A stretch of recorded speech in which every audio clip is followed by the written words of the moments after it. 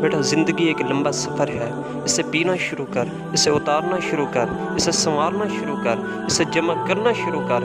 ये जितनी बिखरी हुई है फिर अपने फोकस के लिहाज से इसको मुअय्यन करना शुरू कर, रस्तों की पहचान करना शुरू कर, रस्तों से रस्ते बनाना शुरू कर, रस्तों से मंजिलें मत मांग, रस्तों को मंजिलें अता करना शुरू कर, मंजिलों को एक नई मंजिल अता करना शुरू कर, मंजिलों के जो हाथ टूटे हैं उन्हें फिर से जोड़ना शुरू कर, टूटी हुई टांगों को वो मकाम देना शुरू कर, छूटे हुए हाथों को वो साथ देना शुरू कर, किए हुए जितने भी अहद हैं वो वफा करना शुरू कर, अपने आप से वफा करना शुरू कर। वो जो कामिल ना हो सके उनके रिश्तों को जमाल देना शुरू कर, अपने हुस्न और अपने बबाल को वो इश्तियाल देना शुरू कर, अपने अंदर के अशकाल को नए ख्याल देना शुरू कर, अपने अंदर की रूह को वो मकाम और वो एहसास देना शुरू कर। अगर नहीं करेगा तो इस आयत में तेरी और मेरी ज़िंदगी का इख्तिताम है। अल्लाह क्या फरमाता है कुरान में, इन यशा युज़हिबकुम व यअति बिखल्किन जदीद, और अगर तू नहीं करेगा, ये मकाम और ख्याल पैदा नहीं करेगा, हम नए लोगों को ले आएंगे।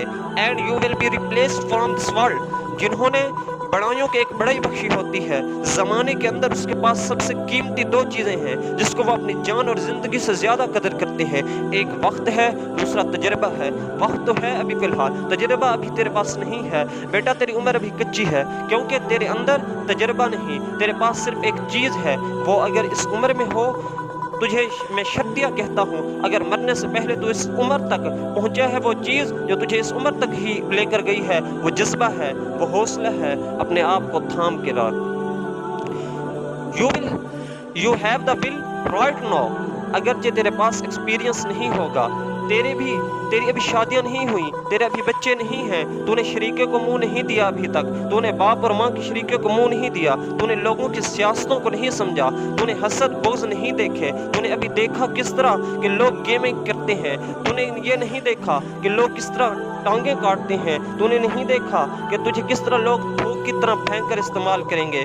बेटा विल, वो हौसला, वो जज्बा, वो मुस्बत ख्याली एक दिन आएगा और वहाँ तक तू खुद को ज़ायक मत कर। और उस वक्त जब मैं स्टेज पर खड़ा होऊंगा उस दिन अपना गीत सुनाऊंगा। बेटा तुझे स्टेज पर आकर लोगों के सामने अपना विजन बयान करना होगा, तुझे अपने आप को जमा और इकट्ठा करके रखना होगा। चलती हुई गाड़ी से अगर छलांग नहीं लगाई तो तुझे पता होना चाहिए वक्त कम है तेरे पास और तकलीफ़ें, लिमिटेशन बहुत ज़्यादा है, वक्त बहुत कम है, रिसोर्सेस बहुत कम है, दोस्त भी कम है, सजन भी कम है, और ज़िंदगी में सबसे बड़ी रहमत भी कभी कभी होती है, हर बार नहीं होती।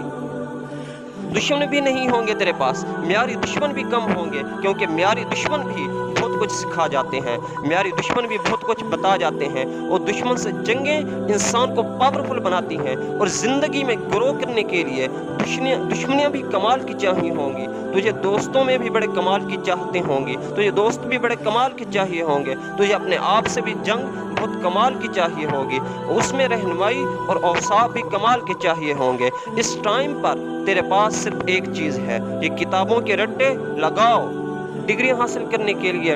ठीक है, ये लोगों को खुश करने के लिए अच्छी बात है, मगर वहाँ जहाँ गीत बिकता है और जो चीज़ बनती है, जो चीज़ तुझे आगे लेकर जाती है, वो तेरे अंदर का आप है। इसलिए कुछ पढ़े लिखे लोग नहीं बना सके ज़िंदगी, उनकी सेल्फ मैनेजमेंट स्ट्रॉन्ग नहीं है।